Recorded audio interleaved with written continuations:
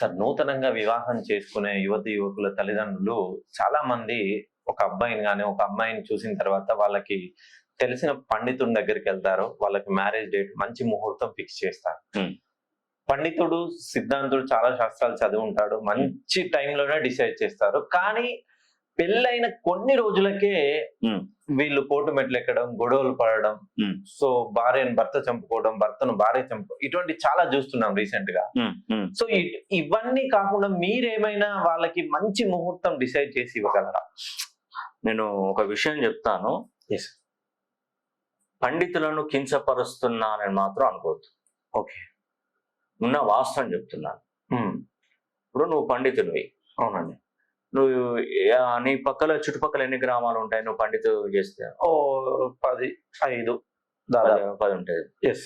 మరి అందరికి మంచి ముహూర్తాలు ఎక్కడి నుండి వస్తాయి? ఓ నువ్వు అందరికి చేయాలంటే చేస్తావా? చేయలేను. ఒక రోజు కాబట్టి ఏంటంటే అవుతుంది. వాళ్ళకు అనుకూలమైనటువంటి ముహూర్తాలు కొన్ని పెట్టేస్తారు. అది ఎవరికి తెలియదు. ఓకే. దానివల్ల ఏమవుతుందంటే మనం కోర్టు కేసులు, కోర్టు సమస్యలు, కోర్టులు మెట్టెక్కే కాడికి వస్తాయి. ఇది వాస్తవం అంటే 200% వాస్తవం. ఓకే. ఈ రోజు నేనే కాదు, ఎవరైనా కానీ డబ్బుకు దాసోహం అవ్వాల్సిందే. ₹1,00,00,000 నేను మీ ఇంటికి వస్తాను. ఓకే. మీ ఇంట్లో అందరు జాతకాలు చెప్తాను, ₹1,00,00,000 నాకు పంపేయండి. ఎందుకు నేను రాకుంటుంటానా? నాకు డబ్బులు అంటే ఇష్టమేనండి. నాకు కూడా డబ్బులు కావాలి. డబ్బులు ఏంది? జీవితం వృధా. నేను చేసేది కూడా డబ్బు గురించే. కానీ స్వార్థం ఉండకూడదు. డబ్బు సంపాదించకుంటే ఎవ్వరు నీతి మాటలు, న్యాయ మాటలు ఏం చెప్పని అవసరం లేదు. అందరూ డబ్బు కోసమే పనిచేస్తాం. కానీ డబ్బు తీసుకున్న దానికి న్యాయం చేయి. డబ్బు తీసుకున్న దానికి న్యాయం చేయి, సరిపోతుంది.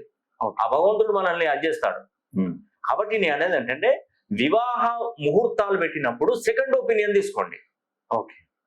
సెకండ్ ఒపీనియన్ ఏది? ఒక పండితుడు ముహూర్తాలు పెట్టాడు.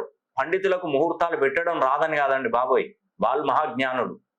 తెలివి అన్ని వాళ్ళ వంశస్థుల నుండి నేర్చుకున్నటువంటి విద్యనే అది. వాళ్ళు తప్పు చేయరు. ఏదో తప్పుడు ముహూర్తంలో ఇవ్వరు మనకు. డిఫరెంట్ గా ఇస్తారు. కానీ ఆ డిఫరెంట్ మనం న్యూమరాలజీ ప్రకారం మనకు సెట్ అవుతుందా లేదా చూసుకోవాలి. ఓకే.